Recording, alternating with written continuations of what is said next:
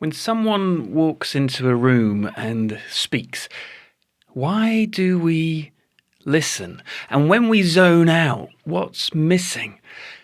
And beyond that, how can sound play a vital role in our pitches beyond just the words that we say? Hello and welcome to Pitch Masters with me, your host, Danny Fontaine. And this week I'm joined by the brilliant Julian Treasure. Now, Julian is a sound expert. He is a TED Talk legend and a best-selling author. And his talks on communication have reached well over 100 million people. And so today I'm delighted to bring some of his wisdom to you, of course, framed in pitch scenarios. Julian and I talk about why poor listening costs $10 trillion a year. Also, the different ways that we all listen and how sound can elicit emotions. And of course, we talk about some of Julian's very best and very worst pitch experiences. Now, if you haven't picked up a copy of my book, Pitch: How to Captivate and Convince Any Audience on the Planet, it's now becoming available in nearly every single country in the world. And listening is a huge part of it. In fact, it's one of my pitch principles. But Julian brings an entirely different way of thinking to the topic. And so, sit back, relax, and get ready to take some notes. Julian Treasure, what an absolute honour to have you on Pitch Masters. I'm really excited about this episode because I think it's a bit different, actually, a bit of a different angle to pitching from what I've spoken to guests about before. But before we dive in, how do you introduce yourself to people? Well, I'm an author, keynote speaker, and coach, workshop trainer on the subjects of speaking, which has been my life for quite a long time, after a very successful TED Talk on that subject, but now much more listening, which to me is the foundational skill of those two sides of the coin. So that's what I do. I go around the world speaking and helping people to enhance those skills. And my new book, Sound Effects, is a plea to listen in a world that's forgotten how. Fantastic. Now, we'll come on to some of the key skills, and I want to ask you a bit about the TED Talk as well in a second. But what got you into listening in the first place? Was this from childhood? Were you always a listener? How did it even come about that you're now this kind of global expert with a mission to make the world listen? Well, I think I started very young. I had a wise mother who bought Carnival of the Animals, Peter and the Wolf, A Young Person's Guide to the Orchestra, all those great classics which are designed to engage children, and they engaged me. So I guess from about the age of 6, I was loving those records and listening avidly to them. As I grew up, obviously, my listening tastes changed somewhat. I ended up becoming a musician. I was initially keyboards and then drums, played drums for a long time in lots of bands, made records and so forth. And I think if you're well, first of all, music is still a huge part of my life experience. It's absolutely fundamental to me. I adore music. I can't do anything else while I'm listening to music. You know, I see people on trains listening to music on headphones and reading a book. And I just think, how do you do that? I can't do that. So maybe that's a, multitasking thing the young generation have learned to do, but I certainly can't. So music has always been massive to me. Attentive listening to music is something I developed very young. And if you've ever seen Benjamin Zander's wonderful TED Talk about classical music and attentive listening to music, that's what I do. But also, if you're a musician, you listen to all the other instruments in a band or an orchestra individually and jointly. You have to listen to everybody at the same time. So it's a multi-track listening, again, very attentive. And that's while you're doing a lot of very complicated things, with your hands and feet and eyes, if you're reading music, your brain. So musicians have slightly bigger brains than non-musicians. the corpus I'm a callosum. musician, so I accept that as a There you scientific go. fact. You know, I talk about the neurology of listening in the book quite a lot. And Yeah. the corpus callosum, which is the bit of the brain that joins the two hemispheres together, is more developed. And Oliver Sacks, the famous author, wonderful books he wrote about sound largely, he said anybody doing a post-mortem would be able instantly to spot the brain of a musician compared to a Wow. non-musician. Not an artist, not a sculptor, but a musician, absolutely. So, you know, we now know that playing music is good for you. So anybody listening to this, it's never too late. Pick up an instrument, join a drum circle, join a choir. It's really good for your brain, for your cognitive processes, and for your happiness, I think, as a human being. So that was the foundation of it for me, was this attentive listening. And then I had a long career in marketing, initially selling advertising space. You know, I was a musician. You know, as I said, I was a drummer, made records, got broke, as most musicians do. Yeah. Unless you're incredibly lucky or incredibly brilliant. Even the second one doesn't always guarantee anything. So I got a job selling advertising space in the computer press in the UK and worked my way up there to become an ad manager and then a publisher and then a marketing director. And then finally left that to launch my own company, which was publishing customer magazines, beautiful glossy magazines, initially for tech clients, because those are the ones I knew, but then, you know, including Microsoft and Apple and people like that, and then moved out to more broad client base, including global companies like Lexus. So that was very successful. I built the company from nothing, ended up with offices in London, Munich, and Seattle, and employing 150 people. And I sold that business to Interpublic in 2002. Which wasn't a great experience, I have to say. Right. Well, we don't need to talk about that on the podcast. I'd rather not. Right. And then I wanted to put the two halves of me together, you know, Danny, the listening half, because all the way through this, dealing with big clients and big brands, I've been going, why don't they think about sound? They're making all this noise. Right. And they don't generally, you know, almost nobody does. So I started asking the question, how does your brand sound? And I started a company called The Sound Agency, which was an audio branding agency.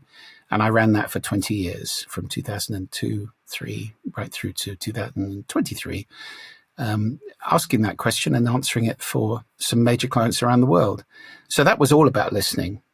But again, why aren't these companies thinking about sound at all? And I got the chance to do the TED Talks, which we can talk about in a moment. And halfway through them, I realized, do you know what? If you put a whole bunch of people who don't listen into an organization, what you get is an organization that doesn't listen and doesn't think about sound. That was the key. So the root problem of all of this, of the noise that's around us and escalating all the time, incredibly damagingly, and of the complete deafness that most organizations have to the noise they're making and the impact it's having on their staff, on their customers, on everybody's experience. The root cause of this is people aren't listening. We're losing our listening in the world. So that really became my mission. Although the very last TED Talk I did was the one that went completely ballistic, and that was about speaking. But of course, the interesting thing there, Danny, is that my talk about speaking has been seen by 5 times as many people as my talk about listening. And I think why do you think that is then? Well, because we are in a noisy world, and we're in a world with social media particularly, which emphasize sending. You know, if you talk about corporate communication, let's go back to companies for a moment. You immediately think of outbound, PR, advertising, social media, outbound. And there was a big survey, a big study of this done some years ago by Professor Jim McNamara and a team based out of Sydney in Australia. And they found that fundamentally organizational listening is abject, almost non-existent. And that the focus is at least 5 times as much on sending as it is on listening in terms of the resources allocated, just the consciousness allocated to the thing. And that is probably a big overestimate, because the listening stats they have were self-reported. We all Okay. like to think we listen better than Yeah. we do. Most people, if Yeah. you say to them, "Are you a good listener?" "Oh, yeah, I'm a good listener." Yeah. Sadly, no. Most people are terrible listeners. Most organizations are shocking listeners. So it's kind of the question is, of course, does that matter? And I think the answer is all around us in politics, in conflict, in societies dismantling and falling apart and fragmenting, in family relationships struggling, in the stats that you see now for young people, depression, anxiety, stress, suicide, they're all escalating all the time. Now, social media has got a lot to do with that, but the lack of listening is, I think, the root cause of many of these illnesses and conditions and unpleasant trends that we're seeing around us. And of course, Right. for business, does it matter? Yeah, I just did a talk actually in Copenhagen to a couple of thousand senior managers at a thing called President's Summit, which is an excellent conference. And I dug out some new numbers on this. Poor listening is endemic. Only 8% of leaders are rated as very good listeners by their Wow. teams. Only 8%. That's a huge study of thousands and thousands. And the effects of poor listening feed through in two ways. First of all, employee disengagement. And secondly, miscommunication. Now, again, these have been measured. Miscommunication, just in America, is estimated to cost about a day a week of people's time, a day a week for every employee. Just think Wow. of 1/5 of your salary bill going down the toilet because people aren't communicating well enough. Now, that, if you aggregate that across America alone, is over $1 trillion a year. A trillion. Wow. And then disengagement, and this has been measured in a big global study, huge global study. The estimate there that the cost of disengagement is $8.8 trillion a year globally.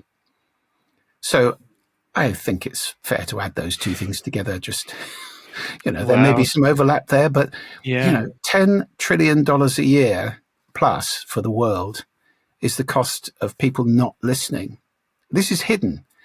Most leaders don't even think about it. No. Is it a skill they train on? Is it a skill they're assessed on? Is it in their 360 degree? Are they remunerated well for being good listeners? None of that. No. It's absolutely hidden. It's a skill that's been forgotten, and yet it's so fundamental to our success as individual human beings, our happiness, our productivity, and also the outcomes in our companies.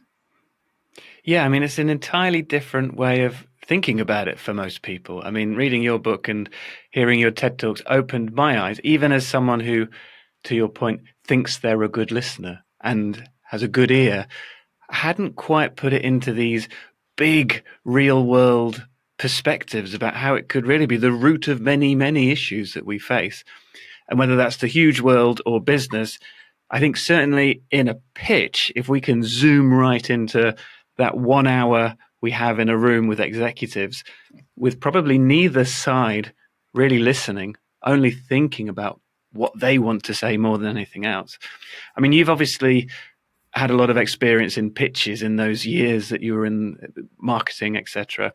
Oh, yeah. What was your experience of listening in those, high pressure situations? Well, it's, again, fundamental. And actually, there's a concept I talk about in the book and in my talks and trainings, which is really important here. And that concept is that listening, the process of listening, is where you select certain things to pay attention to and you make them mean something. So I define listening as making meaning from sound. Mm. The important understanding here is that your listening, Danny, is unique. And so is mine. And they're different. Now, there's a big mistake that most people make automatically because they don't think about any of this. And the assumption is everybody listens like I do. Right. They don't. They don't. Listening changes from person to person. And even in one individual, it changes over time as well. Because it's fashioned by some, really big things. Your entire life sets up a series of filters that you listen through. the language you learn to speak, the values, attitudes, beliefs you pick up along the way, the culture you're born into and you learn to live in. And any given situation, you might have intentions, expectations, emotions going on, assumptions about what's going on and what's in somebody else's head. All these things color your listening. So listening changes over time. Now, any sort of professional speaker will know that that's true of an audience over a day. I'm often given what we call the graveyard slot, which is just after lunch. Right. Oh, he's a TED speaker. He can deal with that, And it's a tough slot because people have just eaten. They're a bit groggy. They're not quite with it. You have to work a bit harder. And so the listening of an individual changes from person to person and over time. The listening of a group, whether it's 10 people sitting around a boardroom table in a pitch or an audience of 10,000, doesn't matter. It changes through the day, and there is a listening you're speaking into. Now that is a fundamental concept, because the big question you ask, especially in a pitch, is what's the listening I'll be speaking into in advance? If you think carefully about that, the demographics and psychographics of the people, what are they wanting? In any conversation, you can be very clear about three intentions. There's your intention for you. What does success look like at the end of this? And I'm sure you've touched on NLP and things like that. You can visualize success. So, it's the pitch is just finished. Everybody's smiling. They've given us the business. I'm getting slapped on the back by my MD. All of that. You can really, you can visualize all of that very, very powerfully and make it visceral. How does it smell, touch, taste, sound, and so forth? A lot of NLP is based around that kind of visualization. So that's what's success for me. That's my intention. Intention number two, what is their intention? Now I have to guess that. They come along for a reason. And, I can tell you a couple of stories about that in a moment. And intention number three, which you can know, is your intention for them. So where do you want them to be? What's the journey you're going to take them on? Where are they starting and where are they finishing? It's like the arc in a film. There is a story arc here. You're moving them from somewhere to somewhere. What is that journey? What's the end point? And if you're sensitive to the listening in advance like this, where you've thought about all of this, then hopefully you're going to hit the bullseye instead of missing the target altogether. Right. Now, the other thing that's very important is to continue to ask the question, what's the listening I'm speaking into, as you're actually doing it? Because you can sense how things are landing. You can, as you look around the table, intuitively that guy over there is a problem. I've got three over there who are really up for this, and he is somebody I'm going to have to deal with. So if you start to become sensitive to the listenings around the table and the gestalt listening of all of them, you can respond and manage it and become agent in this as opposed to victim of it. Now that's a really, really important concept. What's the listening I'm speaking into? And that will help enormously in pitches. And that's something I used to do innately.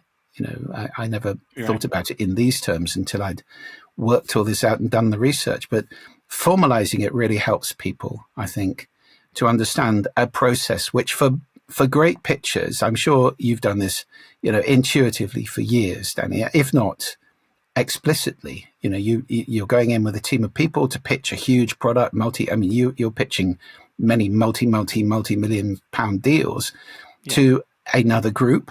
You'll assign roles, you'll think about them, you'll research the group you're pitching to. You don't walk in cold and just think, they'll be like everybody else. If you just do the same thing every time, you're going to fail.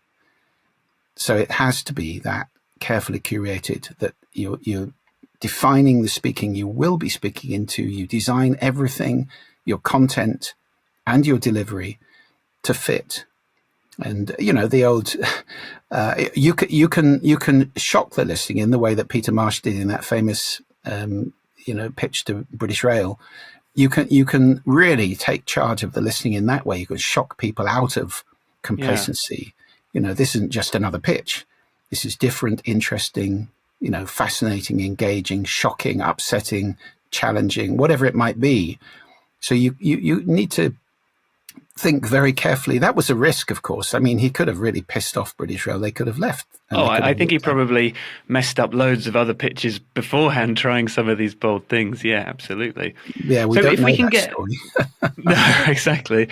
If people are listening to this and they're thinking, Julian, this concept sounds good, but how do I actually do it? Especially if we're thinking about how do I wake an audience up, or how do I engage an audience that perhaps seems like they are detractors? How can I use the way I speak and sound and listening to really create a much more engaging pitch beyond all of the PowerPoint slides and whatnot? So just starting with that question, what's the listening? In advance, you think carefully about the language that these people will be comfortable with. It may be they're foreign, not native speakers of your language. So it may be you need to be careful about how fast you're going to speak and the kind of words you're going to use. It may be they're older, it may be they're younger.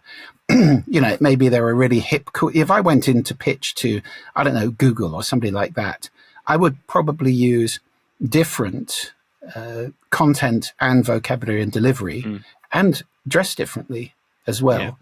Yeah. Because, it's a young, generally hip company. It likes to see itself as a hip company. So if you go in a three-piece suit buttoned up to the eyeballs with, shiny black patent shoes, that may well for Google. I don't think so. You're in the wrong vibe there. Yeah. So it's about everything. It's about the way you dress, stand, speak, your body language, the vocabulary you use, the slides that you're going to use if you're going to use slides, or the graphics, or any kind of pitch aids. All of that, you need to think carefully about what's the listening I'm speaking into. And in terms of, delivering it and making it different, well, you know all the tricks of this. Start with a question, for example. Pose them a really big question. Immediately somebody gets asked a question, especially men, their brain gets working on solving it. And you've got them engaged in that way. So they're not going to be sitting back bored. They, oh, okay, right, well, that's quite challenging. So with a question, with a story, we all love stories. And anybody who's seen Ken Robinson's famous #1 TED Talk of all time, there's a story that he tells in that TED Talk, which is absolutely brilliant because it encapsulates his entire TED Talk in a 20-second charming and very funny story, which, if you haven't heard it, I'll tell it to you now because it's worth retelling. His TED Talk is basically saying we educate creativity out of children. It's what we do. So we stop them from being wildly creative and confident, and we tell them, no, you can't do that. You've got to learn these things. And the story was about a little girl who never paid attention in the class, and one day she really did, and it was a drawing class. And the teacher went over to her and said, well, what are you drawing? And the girl said, I'm drawing a picture of God. And the teacher said, but nobody knows what God looks like. And the little girl says, they will in a minute. So that is a wonderful way of putting across childish confidence and creativity, which gets squashed out of people, as he goes on to explain.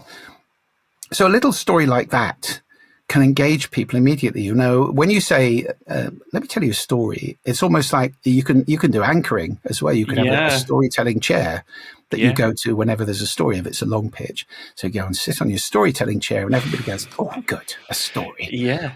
So again, you're engaging people with that. You can start with a shock. You could be very aggressive, as Peter Marsh was with British Rail. This is the crap that you're laying out to your customers. Now, what are we going to do about it? That's very confronting. That's a high risk strategy. You risk really offending people.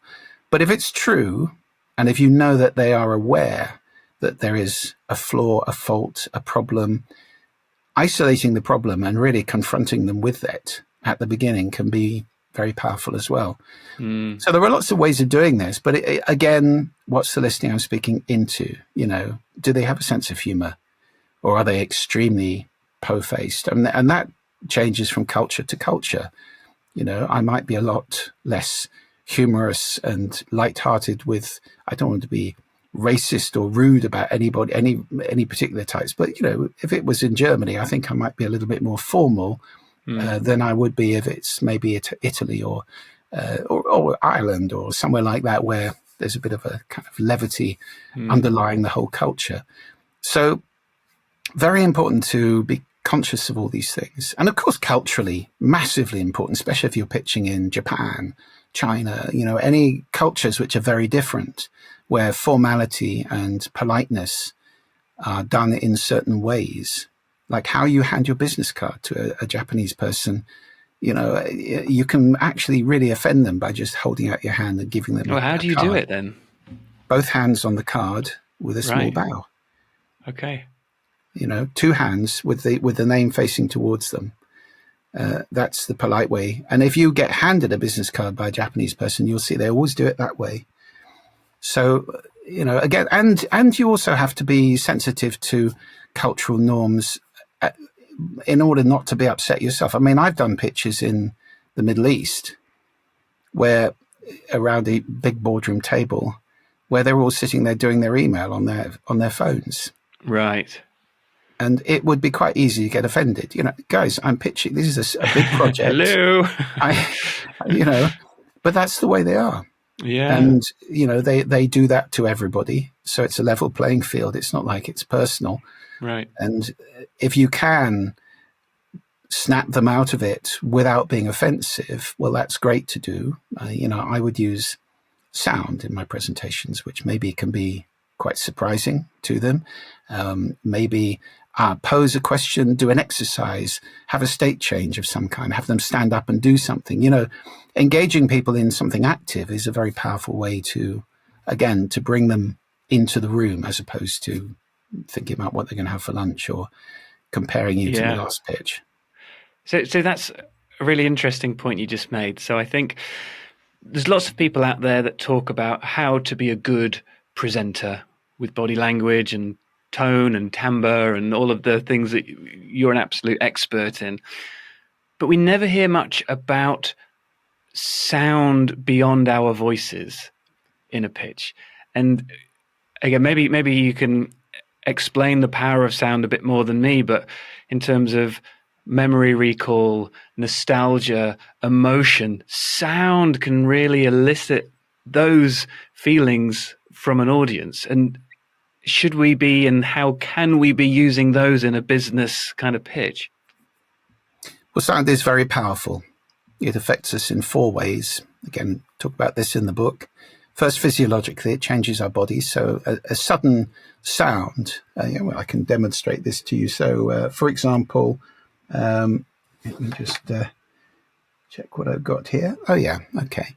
This,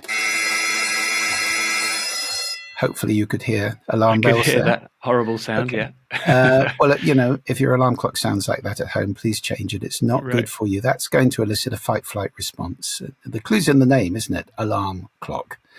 You know, so a sudden sound like that will elevate heart rate, breathing. It'll change the hormone secretions. Sound changes everything, including our brainwaves. Then sound also changes our feelings, our emotions. So there, you know, you'll have a song that will make you happy, a song that will make you sad. Have I got an example of that? Not particularly, but here's a sound that most people would find quite reassuring, probably, or at least very pleasant. This is gentle surf. It's a very good sound to use if you have problems sleeping, by the way, because it's kind of it's calming, very similar to the breathing of a sleeping human being. So sound can calm us down, or it can give us stress and anxiety. It can make us happy. It can make us sad. And we've used birdsong a great deal over the years in the sound agency when I ran that in many spaces. We put birdsong into the toilets of BP service stations all across Europe, and customer satisfaction for the entire service station experience went up by 50%. 50%. Wow. It's very unexpected to walk into a service station toilet, which are not the kind of nicest places in the world generally, and they did make them look nicer too. But to walk in there and have birdsong, it was surprising, delighting, refreshing, and it showed kind of imagination and care for the customer experience. And when you show a little bit of that, it's very, very powerful. So, in terms of, well, let me finish the four ways. The third way is cognitive. So, for example, you can't understand two people talking at the same time. This is not one person talking twice, but you simply can't do it. We have bandwidth for around 1.6 human conversations, which is why people working in noisy offices are devastated productivity-wise. They're down to 1/3 of their maximum productivity. Wow. Because they can hear somebody speaking next to them. And we have no earlids, and we're programmed to decode human language. So again, if you're pitching, you want to have a good environment, a good context without other people talking, and not one of those so-called meeting rooms in a modern office, which has got a flimsy curtain they pull across, and you can hear the sales team next door pitching avidly as you're trying to talk to a bunch of people. That is taking massive amounts of their cognitive load, and they're unable to pay attention to you properly. So don't do that, or try to avoid that if at all possible. We can talk about managing the context in a moment. And the final way sound affects us is behaviorally. And this is quite important for pitching and, every other way of life. So I'll tell you, this was played every other day in a supermarket with French and German wine on display, and the alternate days. So what happened on the French music days? French wine outsold German wine by 5 bottles to 1. But on the German music days, German wine outsold French wine by 2 bottles to 1. Most people did not notice the music. Right. So sound affects what we do profoundly all the time, even when we don't notice it. A lot of the effects of sound are subconscious. Now, this is all important to understand because the sound that you have in a pitch situation, the context for it, and the sound you deliberately inject into it will have all those effects on the people. So it may be you have a corporate sonic logo. Think of, I bet you can't draw Intel's logo, but the moment I say Intel, you can hear it. You can remember da da da da. Yeah. Everybody knows that. It's worth hundreds of millions to Intel. Well, if I were pitching for Intel, I'd be weaving that in there somewhere because it's so powerful. It may be that you have a message which resonates with some sort of sound. Maybe you're pitching something which has got something to do with some form of nature sound, or there's a musical link to it. Maybe it's, to do with advertising that's used music. Maybe the client has got sounds which are associated with their brand. These are all things worth thinking about. And even if there's no hook to hang a sound on, you could still use it to surprise and delight. For example, if there's a sound system in the room, if it's my room or it's a theater or something, then I might put a soundscape on as they come in. Well, that'd be unusual. Right. And it could be a beautiful natural soundscape. Or if they're from, let's say I'm pitching to people from Brazil, I might use tropical rainforest sound with Brazilian birds and things, which will make them feel at home. Oh, I know that bird. I hear that outside my house. That kind of thoughtfulness is an unwritten testament to how carefully you've researched them, how much you're thinking about them, and how much you want this. So yes, you can use sound very powerfully in a pitch or a presentation. My first TED Talk all those years ago was about exactly what I've just described, the 4 effects of sound. And I used sound all the way through it, which is what made TED quite excited about it in the first place, because nobody had ever done a TED Talk using sound before. And that was the beginning of my little journey of 5 TED Talks in a row. So, it worked for me, and it can work for anybody. I mean, I wouldn't, ram it in willy-nilly. You don't want to have loud music pumping as you walk on stage necessarily. You might. Yeah, you don't want to go too Looney Tunes. No. Appropriate is a word I used to use all the time at the sound agency. What's appropriate? What's effective here? And again, it's the listening that you're speaking into. So have you got any anecdotes or examples of when you've seen or used sound in a pitch? Well, of course, for the sound agency, it was fundamental. Right. And I used to do something which was, very unusual when I was pitching. So, I'd go to somebody like Waitrose, who famously told me, "Oh, we don't have sound in our stores." Ha! Mm-hmm. I think you do. So that's the kind of oblivious nature that you're starting with. And of course, for the sound agency, I had a big problem, which was selling something nobody knew they needed. So you had to do a pre-sell in the first place to say you have got a problem that you're not even conscious of. The way I did that was I would sit them around a table and I'd have a little device in the middle with multiple headphone outputs. And I gave them all, in those days, Bose Quiet Comfort noise cancelling headphones. I sat them around so that, it'd be 6 people. Would you all please put the headphones on? I'm going to play you 5 minutes of something that's important. And I would have recorded a 5-minute piece, which was, in those days, actually, I used to call it Sound Effects, the same title as my new book. And it went through the 4 effects of sound, using sounds very viscerally to demonstrate to them how powerfully sound affects them right here, right now. Those alarm bells, if I am brutal with them, they are a shock and they do jolt you. And I would have bits of music and things like that, and then explore how sound in retail environments go through the research about how powerfully sound speeds people up, slows people down, increases sales in grocery stores by up to 38%. 38%. Most stores, most retailers will bite your hand off for an increase of 3.8%. Absolutely. Let alone 38%.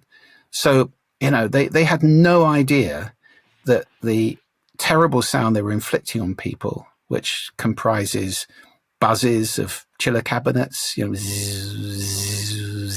that kind of noise, and then clashing trolleys and air conditioning noise, and of course the delightful checkout beeps. Yeah. Supermarkets do not sound good.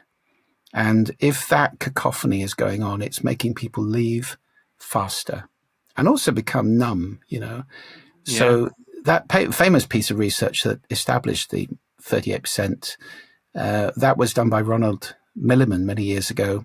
And the key determinant was how fast people walk. Slow-paced music caused people to walk 12% more slowly around the store. And presumably, in doing that, they were spotting more things, it's discretional purchase. Oh, hang on, that looks nice. Let's have some of that. So that's where the sales went up. So affecting people's behavior is enormously powerful. A big part of creating an experience is remembering that we have 5 senses. It's not just about the visuals and the voice. And what's worked really well for me is that, a lot of people like to have a nice video in a pitch. Well, actually, if you remove the video but keep the soundtrack and narrate the words yourself in the room, it's so very simple, but it really is the most incredible, amazing, different thing for an audience. Absolutely. I mean, I have done NLP training in the past, a long time ago. I did a master practitioner thing, and I've done large group trainings by people who are very NLP oriented. And they do a lot of visualizations with music. So there's nothing on screens, but what you have is somebody talking you through a visualization with incredibly powerful emotive music on a big sound system happening at the same time. That is extraordinarily powerful, as you say, and so much better than putting a slide up with those points on it. You can take people on a journey, especially if you choose or even curate, you can have music written for you. There are a million composers out there with Macintoshes in their bedrooms who'd be happy to create something exactly according to your brief for not that much money. I mean, if you want Paul McCartney, it's millions, but if you want, Fred on a Mac, you can probably get it done for £1,000 or something to get some beautiful custom-made music that exactly tells the story you want with the sounds that you want with the instrumentation, and even do it for each pitch. I mean, goodness, if you're pitching millions, I bet you have a budget for a pitch that would allow that kind of thing to happen. So that kind of thing, critical. Using the sound system that's available to you, and that requires very carefully thinking about what's going to be in the room. I mean, often it's not your room. So you do the prep. When I train people on public speaking a lot, and I have a protocol which is PPD, very similar to an Olympic athlete, which is practice the skill of public speaking. So go to Toastmasters, have a buddy group, whatever it is, just practice doing the thing, just like you learn to drive. The more you do it, the more unconsciously competent you become. The second P is prepare. What's the room? What's the tech? How early can we get there? When can we do a sound check? And can we rehearse in a room that's very similar with people playing the roles of the customers and do some scenarios here? Maybe they're being aggressive. Maybe they're being bored. Maybe they're not engaged. All these kind of things. Preparing it very effectively, rehearsing as for real as you can get it. So, if you're going to make a big grand gesture in the pitch, whether it's an Amy Cuddy, making your body bigger, power pose, or, whatever it might be, something threatening like this, the finger of doom, which you have to be quite careful about that one. It's the blamer. And Bill Clinton used to do that a lot in his talks, and they softened it down, took his finger in, so he would do that to indicate, and that's a lot less threatening. Whatever it is, if you're making a powerful gesture, rehearse it for full size. So if you're going to put your hand up above your head like that, don't rehearse doing this, because then the odds are when you go for real, you'll do this, and it'll be minimized. So practice, prepare. We have to know the tech. We have to. If there's only one little ceiling speaker, or they say you can have a PC sound system, 2 little loudspeakers, you're very limited with what you can do with sound. But you may want to, as you said, engage other senses. You may want to have fragrance in the room. You may want to have texture in some way, cover their seats with something, or cover the table with something, or whatever it may be. How much of that can you do? How much freedom have you got? And then the D, of course, is deliver, which is, that's the final coup de grace. And that takes a great deal of thought and practice as well. And of course, you can take your own portable Bluetooth speakers to a pitch. I've done that before. Totally. You get quite good ones these days that sit in the middle of the table, come straight out your backpack. Yeah. Or, I would also say, there are things happening in sound right now, which I talk about in the book, in the chapter about the sound of tomorrow. There are some amazing things happening with digital sound, especially spatial sound. I did a workshop this year at TED on listening.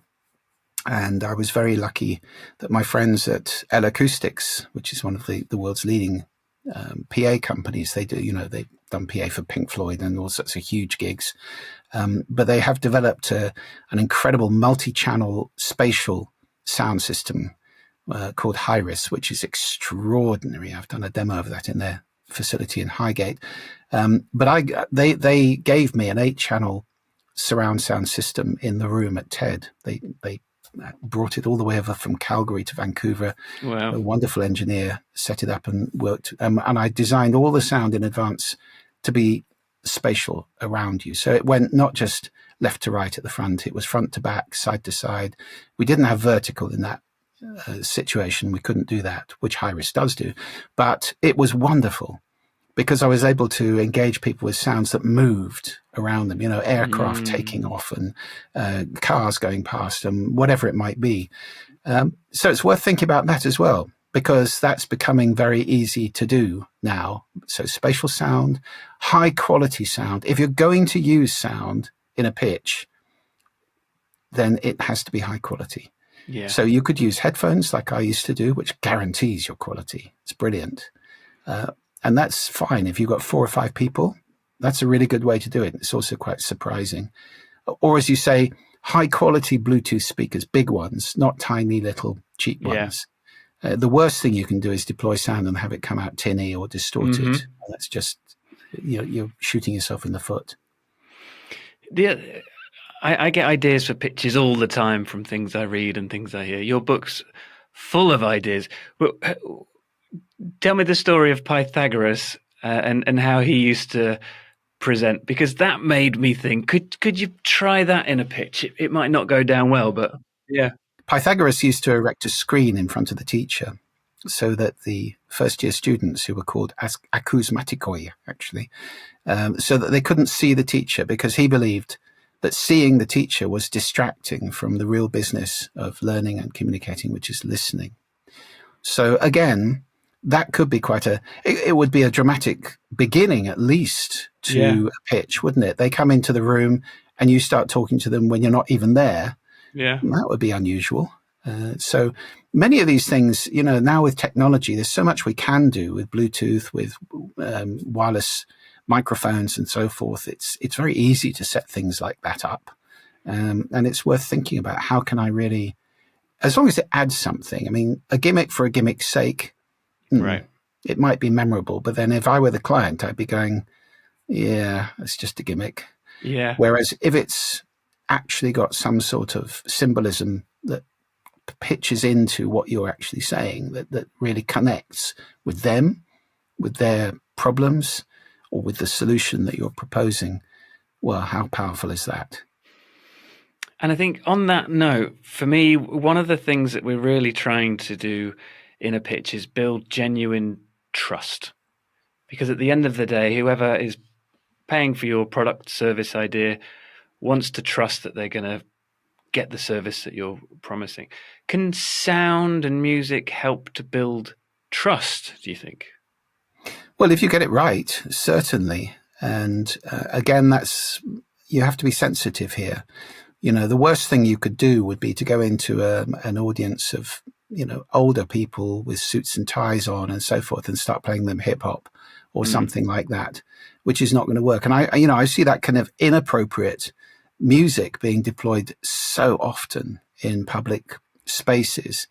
I remember, I didn't write this in the book. I think this was my first book, Sound Business. I remember arriving once in an airport in Brazil, where, Brazil is full of wonderful music and beautiful scenery and so forth.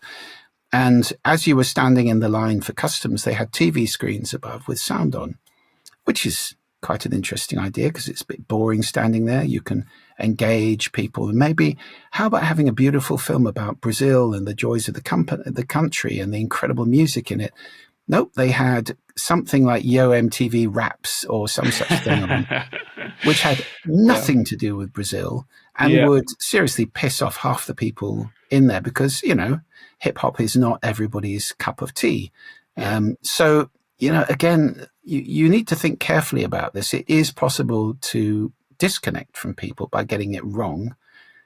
So it's not something to chuck in willy-nilly. And, a big problem with a lot of the way music is deployed, especially in public. I mean, this is the reason for the existence of organisations like Pipe Down in the UK, which is lots of people like Daniel Barenboim and Stephen Fry are up in arms about being forced to listen to music while they're shopping. You don't have a choice. Okay. Yeah. And people get very upset about not being given the choice, about having things imposed on them. Same thing would happen if you have an office with noise in it and you say, well, let's just play music. It'll be nice for everybody. No, it really won't. And you'll get a lot of people, whatever you put into an office, if you don't consult with people carefully, then you'll get a lot of kickback from people who just feel they're being imposed on. Yeah. Through their ears. We are very sensitive through our ears, even though we're unconscious about it all the time. It affects how we feel, as we've just talked about. Yeah. And we're also completely subjective as well, though, aren't we? So, I mean, the reason I don't like going to Asda is because Asda radio just blares out songs I hate. Yeah, well, the shoppers I see singing and dancing next to me, and that makes me even more infuriated. Yeah. I mean, I used to have the same feeling about As Live radio stations in Marks and Spencer's used to do it in their M&S Simply Food shops a long time ago. They stopped for a good reason. But I got really fed up with the, bland pop music followed by, hey, how about a muffin? Exactly. Really, go away, leave me alone. Yeah. So I'm already in there spending my money. What might be helpful, and we've done this in shopping malls all over the world as well. What might be helpful is to think carefully about the brand voice. So this is something, again, to consider when you're pitching. What's our voice? Who are we fundamentally? Are we older or younger? Are we polite or cheeky? Are we, formal or informal? Are we masculine or feminine? These things all matter because they determine kind of a brand voice for you as an organization. And that's something you should be consistent with so that you can't change too much. It's not like being a chameleon and pretending you're, a totally funky organization. If that really isn't you, then I think if I were pitching a very formal organization to a funky internet startup who've got, pool tables every 5 minutes and do massage sessions every 3 seconds and so forth. I think I would take that issue on at the beginning. Now, you may think we're old fuddy-duddies, and we are, but here's how we can help you nevertheless, because you need that in your life. Yeah. And I would make a pitch about the importance of difference and challenge and, different perspectives, and how if you surround yourself with the same voices, you're very fragile and that kind of thing. So I think it's very important to be sensitive in that way about what we deploy, how we deploy it, and who we're talking to, and the difference we can make.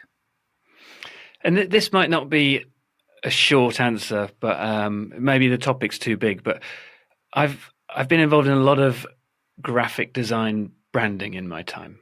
Logos and how two brands can come together, and collaborative branding and visuals that represent the tone of voice and messaging and all the things you've mentioned. How does one approach sound branding? Well, the first question is, how does our brand sound? How do we sound? And you don't get that by direct mapping very often. So I remember doing a pitch years ago to Vodafone, and in those days, I don't know if it's still the case, their brand was, it was red. Right. And in fact, their brand values were red, rock solid, and restless. I remember that. Now, when we were looking to pitch that, obviously you can't say what's the sound of red necessarily. Right. You can think about the implications of red, the assumptions and the associations of red, which are culturally very different, of course. Culture and color are very interesting. Like white in the UK is the color of weddings. In China, it's the color of death. Right. So, you have to be a bit careful. Red is the color of danger in the UK, and stop, and, and blood, various other things. Whereas again, in China, it's the color of joy and success and happiness, right, and all sorts of positive associations. So, you have to be quite careful when you're thinking about the associations of a brand and thinking about where are we pitching this to? I mean, is it a UK pitch? Is it global? Is it where?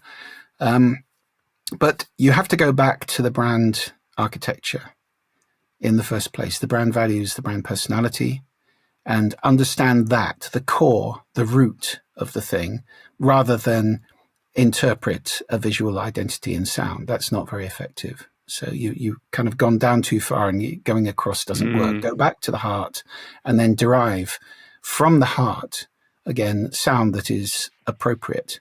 And then you're thinking about all of the different expressions of a brand in sound. And actually, I've just put into the Listening Society, which we'll talk about in a minute, I put in a half-hour presentation I did on this to the Worshipful Company of Marketers. I am honoured to be a liveryman of the Worshipful Company of Marketers, which means I can march my sheep across London Bridge at any point and wear a sword and various other things. Wow. All very useful. I did a presentation to them about sound in marketing, and right back to the beginnings of sound in advertising, which is right back to the 1920s, when we could make sound, and mapping it all the way through to the ways you can express it. That you've got brand voice, which we talked about. So thinking about, the physical voice of a brand, which means, you could think about this in terms of recorded announcements on the phone, voiceovers in commercials. Is there consistency? Is it consistent with how your brand actually is? Or are you letting the creative director of an advertising agency just pick willy-nilly voices they like, right, which is so often the case? Or does it change from campaign to campaign, or even commercial to commercial? So, I think all great brands are about consistency. And then you've got things like sound in spaces, corporate reception. That is so badly done so often. You often get a big TV screen on with news in a reception. And it's even commercial news stations which have advertising on them, which may be your competitor, advertising into your precious corporate space. And anyway, news is usually bad. And I don't know why people think bad news is going to make for good meetings. If that were me, on the screen, I would have stuff about news, the latest news about my company and what we're doing, so that somebody coming into a meeting is up to date, refreshed, has got some new insights and perspectives, perhaps, and it's relevant, it's appropriate, and it's on brand. So that kind of letting cuckoos into your nest is not a good idea. Yeah. You've got sound of advertising, of course, sound in social media and on the web, where it's relevant. I wouldn't impose it on people without asking politely there. And, there are sort of all sorts of ways in which sound affects how well your brand does. Yeah, I'm with you. All right, I'm going to put you on the spot now. Can you think of one of the greatest pitches that you've ever seen, heard of, be involved in? I'd love to hear a story. We went into Orange back in 1994 when we were very firmly an IT-based contract publishing company producing customer magazines. So we had Microsoft, Sun, Tandem, companies that don't exist any longer, some of these. And so we were very niche, but very good at what we did. And we had a huge challenge. Orange was an enormously go-getting brand at that moment. It was revolutionary, their simplicity, the orange logo itself was making huge waves. And we went in with probably the most radical pitch for a magazine that I've ever done. Back then we used to pitch, quite classical, well-designed magazine. This was really radical. And I think what got it for us that we centered the pitch not only on the kind of radical new design that we had put together for them, but on our corporate culture. So my company back then, which was called TPD, I'd really majored on the culture of the company, and we summed that up in 3 words: quality, flexibility, and fun. And we put that into the heart of the whole presentation. We made it fun for them. We showed them the quality of the work. We talked about how flexible we were working wise. We actually demonstrated our culture. So by the end of the hour that we had with them, I think they really felt they knew the beast. They knew the heart of the beast, the soul of the organization. And we were very tiggerish. We had a lot of fun doing it. We demonstrated the soul of the business. So it wasn't just about a technical solution. It was about a relationship, and they loved it. And we won that. Actually, on the same day, we won Microsoft in America. So we doubled the size of the company in one day. It was a pretty good day, that. Yeah. And if I was to flip it, because we all learn from mistakes and failures, have you ever been involved in a pitch that went horribly wrong? Oh, so much. Yes, I'm glad to tell you this story. It's always the answer. After my company was bought by Interpublic, I had the joy of working closely with McCann Erickson. And at that stage, and I hope they've changed this by now, but in that time, they had a floor in Howland Street of international account directors who were dealing with international clients. And just below them was a floor of UK account directors who were dealing with the same clients, but in a UK kind of context. And very often there was kind of war between these two because they'd be pitching to the same organization to take the same budget and do different things. We got the chance to pitch to Nestle. And again, my company was contract publishing. We put together the most gorgeous pitch for a Nespresso magazine. It was absolutely beautiful. Talked about where coffee comes from, the growers, how it's made, the sensory experience, the best way to make it, where to buy it, all that kind of thing. Yeah. And of course, all around the Nespresso machine and the beans they use and all that kind of thing. It was beautiful. And so I was quite excited about this. So I flew out with a group, international account director and a team, to pitch to the people in Vevey, Lake Geneva in Switzerland. We walked into the room and I could tell instantly all was not well, because I'm always thinking, and even then I was sensitive to the listening, but this is a bit off, what's going on, just from the body language of the people sitting around the table. So the international account director stood up and did an intro and said, I'd like to start with Julian, who's got this terrific pitch for you for a magazine. And I stood up and, oh my goodness, I was shot down in flames. I just started and they immediately went, why are you pitching this to us? Why do you think we need this? And who told you we might be interested in this? What had happened? The local, a local or a different team from Interpublic had been in their ear saying, look, we know what we're doing with this budget. These people are arrogant shits. They're coming in. They think they know everything. They're going to pitch you all this stuff. Don't listen to them. So they had been completely orientated to be negative about everything we said. And my goodness, they were. And, it was the most difficult half hour I've ever had pitching anything. I had a wonderful thing to pitch to a bunch of people who were just so aggressive and negative. And of course, we left with our tails between our legs and won nothing. So, again, the listening, if you can do something about it, if you can know the people beforehand, it does rather help, because it was arrogant to march in there with all this stuff prepared and not think, are they going to want this? Is there a reason why they might not want this? What are the threats? Do a little SWOT. Our strengths, our weaknesses, the opportunity. What are the threats? Our friends downstairs. And if you know the politics in an agency structure like that, where you've got people fighting each other, then it's something that you really ought to investigate and be prepared for. Who do they work with generally? Can we get them on side? Can we go and talk to them in advance and smooth the way and give them some benefit out of this? Otherwise, we're just taking their budget, and of course they can be negative about that. So, there was a lot of stuff that could have been done in advance that would have perhaps enabled that beautiful magazine to see the light of day, which it never did. But you pushed on through the half an hour anyway. You gave them the pitch, did you? Yeah.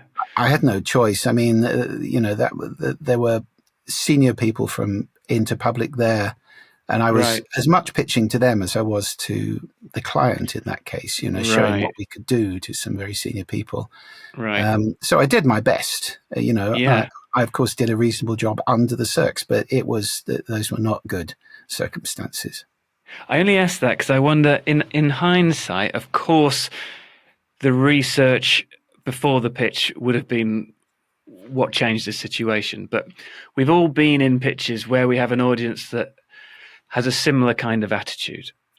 And in that situation, do you think it's always best to push on? Would you have changed what you did in that half an hour in retrospect? I would have definitely. I would have stopped and said, guys, clearly there's a problem here. Can we sit down and talk about what this is? Because, I'm very proud of what we've got here, but this is not landing with you. And I need to understand why. So what's the issue? And I am a big fan always of having things, overt, of being transparent and connecting on a human level with people. It's not a game you're playing where you're pretending stuff. You're pretending stuff doesn't happen. I mean, in that presentation I did last week in Copenhagen, it was 3,000 people. I got started, and just a few minutes in, my Mac, which I always use my own Mac on stage, plugged in with an HDMI because I know what I'm doing, and I've got presenter view on it, and it's simple and it always works, except this time. It beach balled me. It froze, and the Mac was beach balling. And I'm on stage with 3,000 people looking at me and a Mac that's frozen. So what do you do? Well, stay calm. And I just said, guys, I'm so sorry, but my Mac is beach balling me, and I have no option but to reboot the computer. So, people came scurrying on and stood around looking nervous around me, but I just rebooted the computer quite calmly. Refired it up, took the video feed down, refired it up. And the compere came on, actually, which was quite nice. And she said, do you know, I remember a talk you did years ago in Geneva, and you gave me some sound, which I still use today. And I said, I know that talk, YPO, Geneva on the lakes. And we had a little chat while the computer was firing up. Okay. And it booted up, and, people started applauding.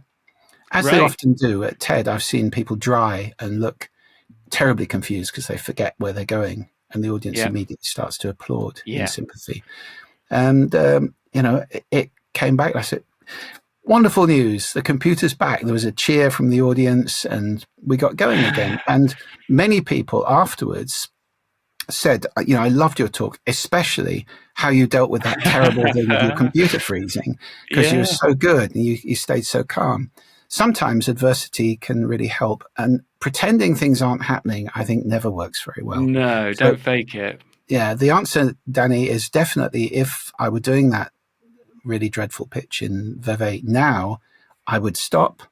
I would say, what's the problem? Let's talk Yeah. about it, because I can tell you're not happy. And can you share what's going on Yeah. for you? And, that's on a human level, again, connecting. It's dealing with the real issue, not leaving a huge elephant in the room, which doesn't help Yeah. anybody. Yeah. Fantastic stuff. So, Julian, where can people find you and what do you want to tell them about? Well, two things, really. I mean, the book Sound Effects, which you've read and you were very kind about in your email to me. I'm so glad you enjoyed it. It's a fantastic book. I'd recommend it to everyone. Oh, well, wonderful. Then I don't have to do that. So that's available, Sound Effects with an A. It's available in all the usual places. It came out in the UK a few weeks ago. That's the one. It's also now out in the US with a different cover. And I've Why just the received different this. cover out of Well, interest? Americans prefer things to look the way they like things looking. So it's a different publisher in America. It's Grand Central. Still part of Okay. Hachette, Yeah. but a different publisher. And actually, I've just received this. Oh, fantastic. Italian. Italian, yeah. Yeah, we've got German, Japanese, and Mandarin coming shortly as well. So wherever you are, it's available, if not now, very shortly. And I hope you enjoy it. And also, there's a website associated with the book, which means you can listen to the sounds as you're going through the book. So you'll see, That's one of my I talk about favorite things, actually. the sound of a blue whale. You see a little brackets Yeah. 113 or something. So you look at sound 113 on the website, you can listen to it and enjoy it. Well, I actually got the audio book as well as this one. Oh, so good. I've been listening to you. Oh, fantastic. And that's even better because you've got things like the number one voted most pleasing sound in the world. And as you're explaining it, I'm thinking, I want to hear this. And then you hear it. Yeah, absolutely. Yeah. So, yes, it was a lot of fun narrating that audiobook. I did that in a little tiny studio here in Orkney, which is normally full of barons and fiddles. But it worked. And last book I narrated, my How to Be Heard book about speaking and listening skills, that won both the world's top awards for Best Audiobook of the Year. So that was a great achievement for a tiny little studio here. So hopefully this one will do as well. So the book, definitely sound effects. And the other thing I would love to invite people to do, and I hope you'll send this out afterwards, Danny, is I'll give everybody a month's free trial of my new online community, which is called the Listening Society. And in there, I am pouring everything I've got. My 7-hour training course is in there. All of my trainings are in there, including the one about audio branding that I just mentioned earlier that I did for the Worshipful Company of Marketers. It's all in there, 32 podcasts I've done over the years, lots of research, lots of papers, lots of documents, and fresh interviews I'm doing with people. And actually, I'd love to do one with you, Danny, about pitching. I think we should. Course, if you'd be happy to That'd do be that. Wonderful. They're kind of half-hour fireside chats, a bit less formal than a podcast. Yeah. So it's full of resources for anybody who wants to listen well, or is fascinated about sound, or wants to speak better as well. I do invite you to come in to the Listening Society, and I'll send a URL to you, Danny, which you can pass on to everybody. And I'd love to see you all in there. Try it out and see if you like it. Fantastic. I'll put all the links in the show notes. And so before we leave, a question I ask all my guests, which is just any final words, advice for the listeners out there based on your area of expertise. It's one word: listen. It underpins everything. It's the cement that holds together all our relationships: family, groups, teams, companies, society. I did a TEDx talk years ago in Athens called The Sound of Democracy. And I said, listening is the sound of democracy, because listening always leads to understanding. And, you know, we talked earlier about the costs. The costs of not listening for organizations are absolutely massive. I'm estimating, based on the research, something like $10 trillion a year through disengagement of employees, through miscommunications. And it's astronomical, and it's hidden. So listen. As a leader, particularly, you know, it gets harder to listen as you go more senior in an organization, because you're supposed to know stuff and tell people things. But I did in Copenhagen, there was a wonderful woman called Liz. Oh, what's her name? She has she specializes in training on management techniques and leadership. And she told me she's got a system where leaders go into a meeting and only ask questions. They make no statements, tell nobody anything, simply ask questions. Well, that's a really interesting discipline for a leader to apply in a team meeting, because you're giving people respect and you're letting them show you how good they are and what they know and give you creative ideas, as opposed to telling everybody everything all the time. So, and listening it's about humility. And that's, again, quite challenging for leaders, you know, to give, when you truly listen to somebody, you're respecting them and you're saying, you are as important as I am right now. And again, with a listener, with a big leader, you know, charisma, leadership values, you know, you've got to be out there telling everybody, leading from the front. And having that humility is quite challenging sometimes.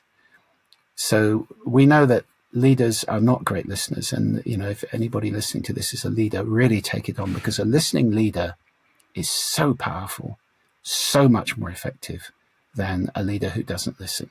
So that's my one word of advice: listen. Fantastic. And I think you will have absolutely inspired some leaders listening to this to take action. Wonderful. Julian, thank you so much. All the best with the book and everything else you've got going on. And hopefully we will speak again sometime. I shall look forward to that enormously, Danny. Thanks very much for the time.